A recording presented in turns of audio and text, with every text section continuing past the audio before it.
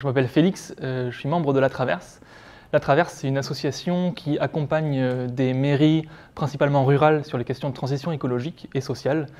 Donc ce qu'on fait, c'est qu'on va en résidence pendant 1 an, 1 semaine par mois, et on fait se rencontrer élus, habitants, acteurs associatifs, acteurs économiques, pour écrire tous et toutes ensemble un plan de résilience pour le territoire.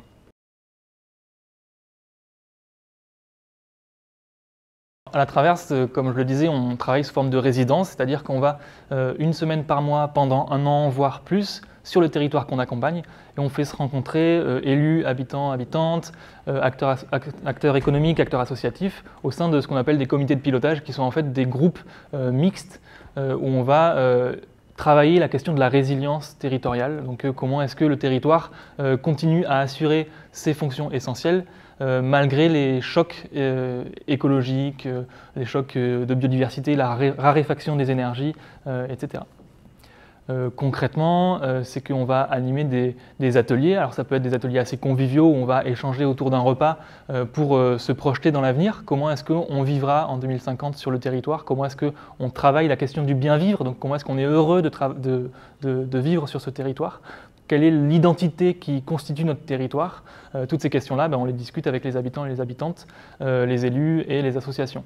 On travaille aussi avec un outil qui est le podcast, c'est-à-dire qu'on mène des entretiens avec les habitants pour récolter leurs paroles et ensuite, à travers cette parole, mieux comprendre ce qui fait le territoire, que ce soit son histoire, son présent ou alors la manière dont les personnes se projettent dans l'avenir. Voilà. Et tout ça, on le diffuse sur des radios locales ou alors juste en écoute collective, c'est-à-dire qu'on invite les gens à écouter le podcast dans une salle, tous et toutes ensemble, parce que ça rend fier de s'entendre à la radio en fait, et ça rend fier individuellement et collectivement, ça rend fier du territoire.